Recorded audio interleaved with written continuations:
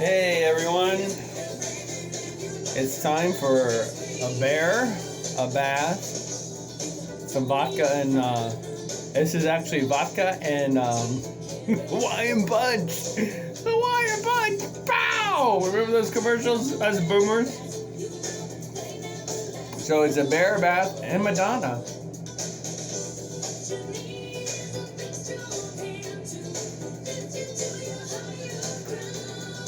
See, good Madonna, not new Madonna, old Madonna.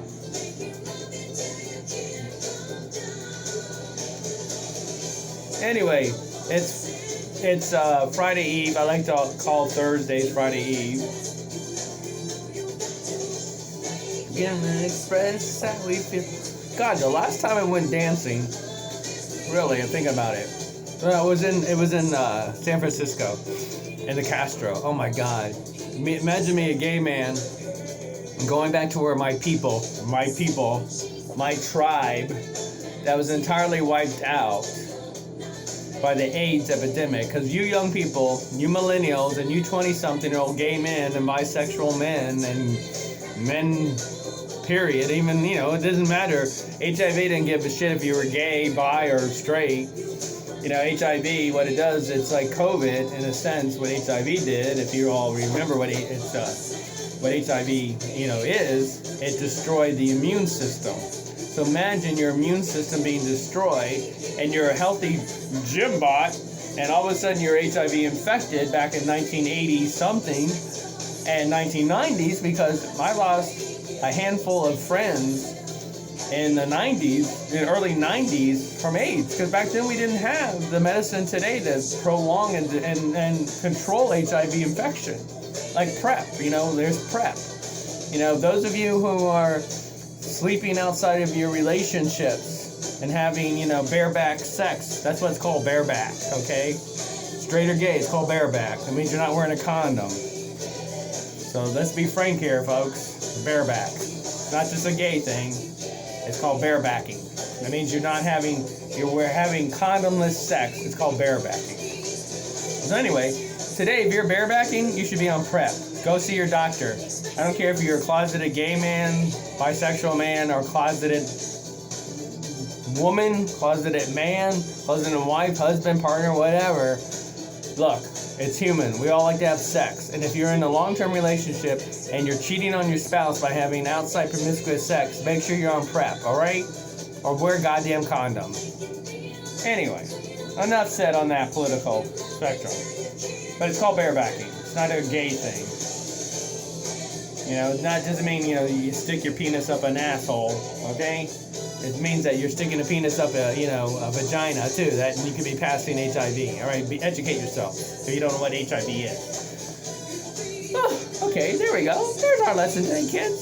So anyway, the last time I danced was in 2015. Do you believe that? 2015! You would think in St. Pete there'd be, there's Enigma.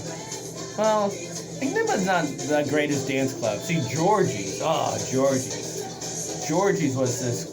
Georgie's Alibi. I knew Georgie, and back in the early, 1989, I met Georgie. He was a barback back then in Fort Lauderdale. Georgie was a barback in Fort Lauderdale at a gay bar called the Club Caribbean, and it was on Federal Highway. And they used to have afternoon Sunday tea, because in the gay community we call it Sunday tea, which means we invented Sunday Fun Day, not you straight people. Us gay people invented Sunday Fun Day, and we called it Sunday Tea. Sunday Tea, lovely. And what Sunday Tea, if you go back to the origins of Sunday Tea, which literally deals with Britain or something, it's having tea and crumpets and whatever. But for us gay people, Sunday meant fucking less alcohol and dance, dude. Because tomorrow's Monday, and we don't give a shit, because some of us don't work on Monday, and some of us do. Well, you don't give a shit. We're going to fucking party like it's 1999. So anyway, that's how Sunday Tea in the gay community started. And of course, then you would go to places at Sunday Tea. So Club Caribbean on Federal Highway and Oakland Park and Fort Lauderdale had Sunday Tea. And Club Caribbean. There was Miss Ginger, way before drag is drag, when RuPaul wasn't even born yet. Anyway, so Georgie was a barback. So Georgie, oh my God, Georgie was this nicest guy. Good looking, dark hair, mustache, bearded, and he was a sweetheart. So Georgie was a barback. And he was probably back then in his 20s, late 20s, probably my age too.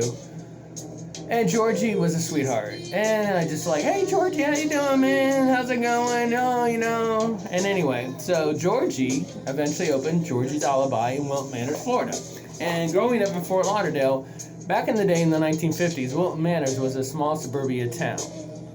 A lot of suburbanites, houses with what they call back in the the windows, jalousie windows, jalousie. So if you ever are from South Florida, houses built in the 50s and 60s, and even my parents' house had jalousie windows, and those are the slats. If you watch Dexter, the apartment that Dexter lived in Miami, he had jalousie windows. The sleeves, those are jalousies. For those that live in the north, I don't know what the fuck a jalousie window is, that's a jalousie. Those individual sleeve pane glasses that you roll open, that's a jalousie window. So anyway, those houses in Wilton Manors were suburban jalousie window houses built in the 50s. So Fort Lauderdale had its individual towns like St. Pete does.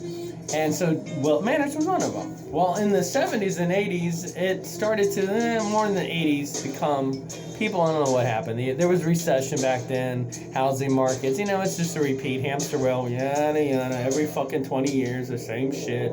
Archie Bunker collecting unemployment is the same shit today, yada, yada, yada. Think about it, All in the Family, season 1 is 50 years old, and we're still Archie Bunkers in the fucking wheel, blah, blah, blah, blah, blah. Transphobia, homophobia, racism, blah, blah, bigotry, blah, blah, blah. Archie Bunker is forever in our lives. We all have an Archie Bunker, even today.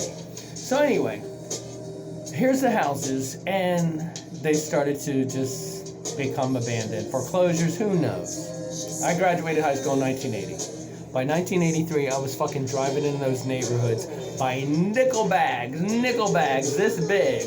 $5 got me fucking weed, man. $5 got me a bag this big of fucking weed. Ooh, that lasted me for weeks. My friends and I partied. Zigzag 420. Smoke it. Boomers rule. Boomers rule. Hey, it's Saturday Night Live. I just finished my gig at Publix. Hey, it's Saturday night at Publix. Fucking 10 o'clock. We shut the doors at Publix. I'm 15 years old. My friend Juan and I. Hey, let's buy some Heinekens. Hey, who's having a party? Let's go hang out at so-and-so's house. We fucking party. Hey, it's 11:30. Turn on it, SNL. We're watching Chevy Chase, Bill Murray, everybody. Jaws, 1975. Yay, 70s, 80s. That's the way it was. No COVID, no fucking crazy divided country. It was just what it was, and it was fun. No AIDS, everyone was fucking each other, unprotected sex, condoms, there were condoms. Yeah, condoms, we fucking put water in them, use them as water balloons. Anyway, so Georgie ended up eventually opening up Georgie's Alibi. So in the 1980s, the gays moved into Fort Lauderdale. And I call it GINKS, gay income and no kids, the acronym, GINKS. Or DINKS, dual income for you straight people, dual income and no kids. For gays, gay income, no kids. For bis, bisexual, no kids. For trans, transsexual, kids. Just replace the first fucking letter, who gives a shit? So anyway, the gays move in, they buy these houses for $40,000, maybe probably $20,000 back then. Hey honey, you and I make altogether a total of 6-figure salary. What are we gonna do with our money? We got this house, we paid the mortgage, we own it. Let's build Wilton Manors, who now is the gay mecca of Fort Lauderdale. And the fucking city councilors in Fort Lauderdale said, welcome you gays, we opened the door. And now, gay Fort Lauderdale is gay Fort Lauderdale. And like St. Petersburg, we call ourselves mixers. We don't have gay bars and straight bars, we have mixers. That means you go to any fucking bar in downtown St. Pete, you have your straights, you have your gays, you have your bis, you have your trans. It's a community. Hillary, I love you. It takes a village. I love you, Hillary. I'm going to get a t-shirt that says, I love you, Hillary. Those people that hated Hillary, why do you hate her so much? Who gives a shit about Benghazi and shit? The old Jew in me. Who gives a shit about that? Why do you care about that crap? Care about what affects you directly. I don't give a shit. Fucking New Yorkers voted for her for senator. She was from Arkansas. She stuck by her man because he shot his cum all over fucking Monica's dress. Okay? They didn't have sex. He didn't stick his penis in her. Maybe he did. Maybe he put his tip in. Who gives a shit? Does that really bother you? It didn't bother me. Anyway, so the gays move in. For the property values, and Fort Lauderdale says, wow, our economy got saved because these homosexuals moved in, and look what they did. They created a whole new property. One of my funniest skits is with Wanda Sykes. If you've never seen Wanda Sykes, I've seen her 3 times. And I've taken John and I saw her twice, my ex and I saw her twice in Orlando. Hysterical. I took Xavier to go see her. He never saw it before. Oh my God. One of the early sketches that Wanda, this is before she publicly came out that she was a lesbian and has been married with a French woman, a white woman, and has 2 kids now, twins. And they call her Boo, by the way. She says, my kids call me Boo. Isn't that racist? So anyway, so here Wanda Sykes does a skit where she talks about the gay guys moving into suburbia, becoming part of society. So she does this skit where she's like a husband and wife, and she's like, look, Tom, look at Bob and Gary over there. Look at them. Every day they're together, they're outside gardening. Look at them, they're taking the groceries together out of the car, they shop together. They just do everything together. Wouldn't that be great? We should learn from them. We should be more like them. And then she imitates the husband. Well, if you allow me to fuck you up the ass now, then maybe we would be. And the audience went nuts. Because that is the humor. You gotta find humor in everything. Joan Rivers said, if I had been a prisoner in Auschwitz, I would have been still doing stand-up. I would have gotten there in the shower, she said, with the showers ready to turn on to gas us out, and I would have gone down dying doing fucking stand-up. And that's what we gotta do, is realize when the shit hits the fan, you gotta find the humor. And look at me, you're watching a guy, middle-aged guy, who's about to turn 59 on Sunday. 59! I'm in my 50s. Dude, when I moved here, I was turning... Yeah, shit. Wait. When I moved here, oh my God, I was turning 50. When I moved to St. Pete, I was turning 50. That's the thing. Like when I went to John on it was July 4th week. My life changed in July 4th of 2011. I had this beautiful house in Orlando, 2-story home, yada yada yada, but no love making, no sex. John and I became Bert and Ernie. That's how I tell people and they laugh. Bert and Ernie, So I went to John on July 5th of 2011. I said, John, I can't do this anymore. I want out. And he sat there. It was in the afternoon. I sat on the couch in his office in the house, and he sat in his chair. And he just sat there quietly, and I just said, I want out, dude. Our house is fucking in the toilet because it's 2011. What are we doing, a short sale? What are we doing? We couldn't even make up our minds what we wanted to do with the real estate. And I just said, I want out. I don't give a shit anymore. And then I went back to work to Marriott on July 7th after being off that week. And I fucking went in that day, and nobody worked on any of the problems during that time of coming back to work after the holiday and fucking working on the problems. And I'm like, what the fuck do I give a shit anymore? And I went that night home, and I sent at 10 o'clock or 11 o'clock at night, and I fucking sent an email to my boss, Diane, and copied whoever else at Marriott. I said, I'm fucking done. I'm fucking done after what? I was there since February 2005. I got hired. April. I started on April 5th, I think, 2005 with Marriott as a contractor. Became a full-time employee. And I fucking said on July 7th, on 2011, time out. Done, cut, sever. Relationship severed. Work severed. Orlando, fucking Freddy Krueger, severed. And I left Orlando. My last day was August 31st. So I turned 49 that year. And I said, so long, Orlando. And I left and went back to Fort Lauderdale.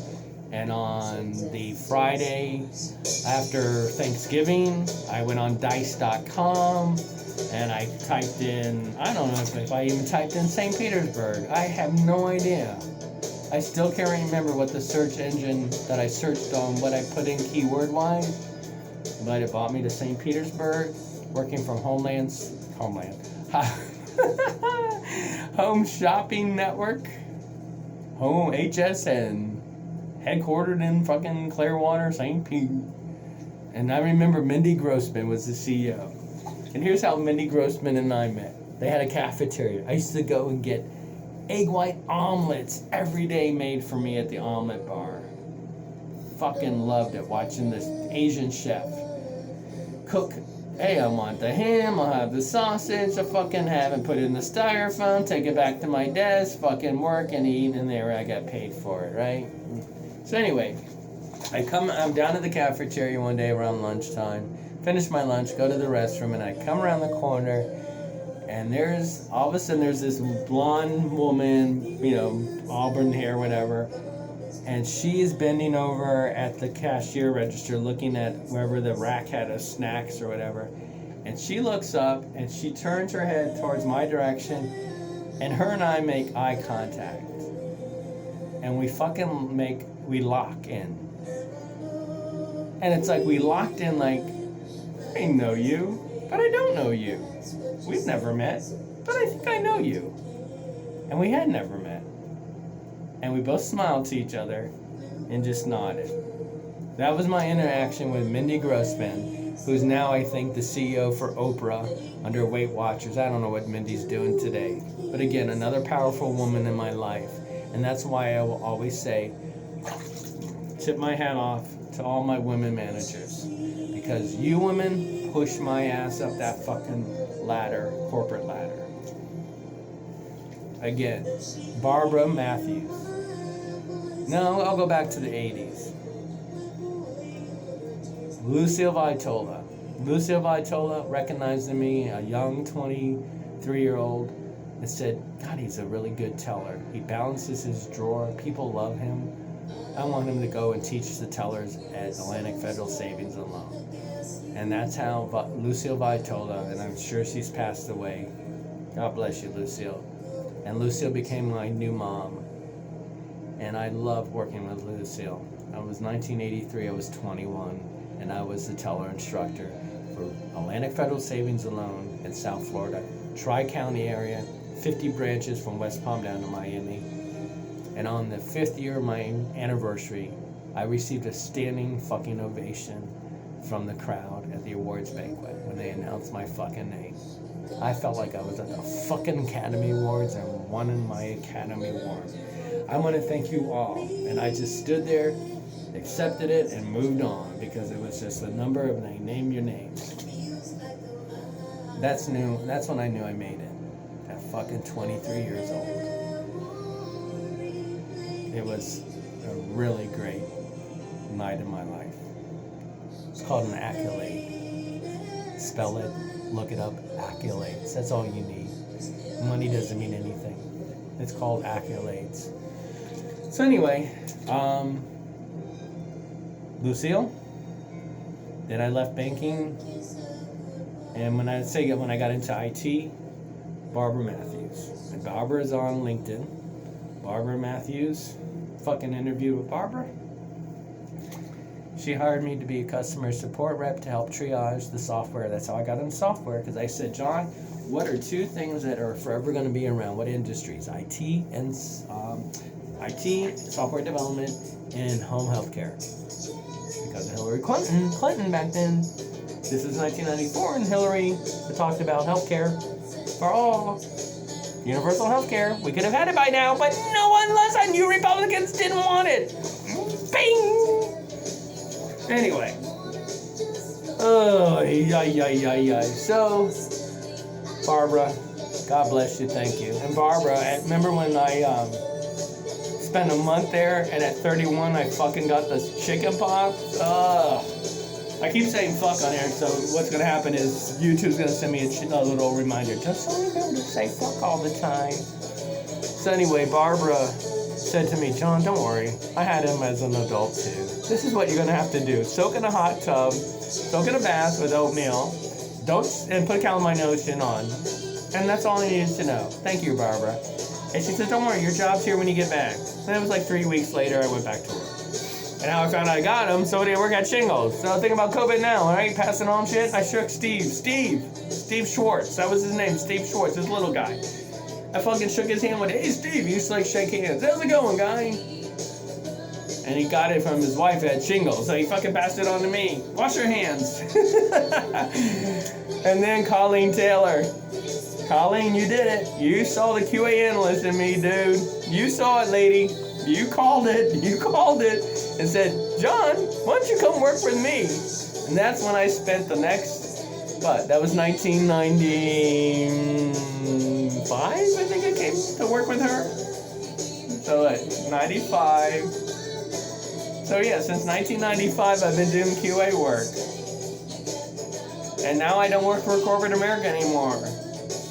I work for Marriott, LabCorp, Hodge, Retail HSN. I know everything about fucking QA, man. I know how to test data. SQL, relational database, JSON, API, yada, yada, yada, yada. Boring. So now what does John Thomas Harder want to do at the age of 59? It's happening on Sunday. John Thomas Harder is self-employed. And he's semi-retired. Moving on up. It's great. I lived in the trailer. When I met John, we lived in the trailer, a double wide. I lived in the white picket fence house with a Labrador Retriever, 2-story. I've had everything.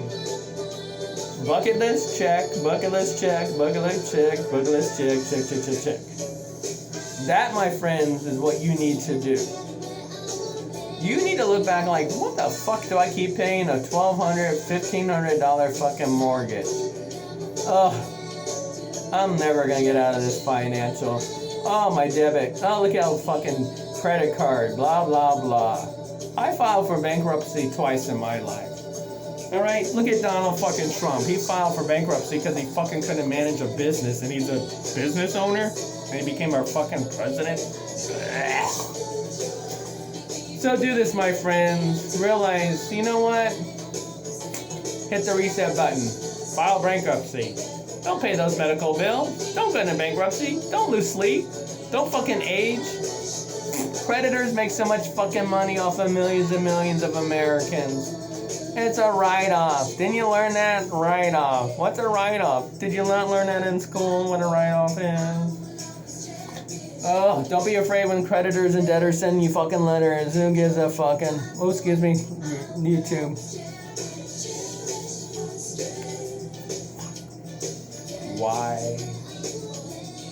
Why the face? As Phil Dempsey said, why the face? I'm cool with that acronyms on why the face. And COVID, take advantage of COVID. Dude, I found the pandemic perks. Before I moved back here, I fucking was staying on the beach for $60 a night back in December at a king bedroom efficiency apartment, a studio apartment for $60 a night. I spent 2 nights there right on the beach at Treasure Island. Do you know how much that room goes today? $300, $350, $60. Pandemic perks. I used to fly cheap. Oh my God, my friend Xavier flew me in October last year on Silver Airways, round trip $98 from Fort Lauderdale to Tampa. Round trip! Forget it now. But you know what? Now we're in Delta variant, so find the fucking Delta variant. Pandemic perks. We're going back in the fucking hole again. Because those people that didn't want to get vaccinated ruined it for all of us. You ruined it, you human beings. I don't give a shit if you're Republican or Democrat, because I'm sure there's some Democrats out there some liberals, I won't say Democrats, I'll say liberals as opposed to conservatives. And maybe some of those that are more educated didn't get it as well because they didn't read the facts. It's called science, like climate change. It exists. Right now there's a fucking thunderstorm going outside. Do you hear it in here? No, because I have hurricane impacted windows. When are we ever going to get off this fucking hamster wheel, people? Anyway, enough. When you unlock the power of premium, you're unlocking freedom. L'chaim, cheers, salute, mazel tov. Let's just get through this fucking rest of this year. I thought we'd be out of this fucking mess hole, but you people who didn't get the vaccination have ruined it for us. You're like that kid in the classroom when the teacher left the room. John was over there. Miss Sister Geraldine, John was over there. He did this. John, you're punished. And now we're being punished, those that have been vaccinated. Fungu, or my mother would do this. Kiss my fucking ass. So here I'm going to end this. For those that didn't get vaccinated and now regret it, there you go. Enough said. As Stanley said, enough said.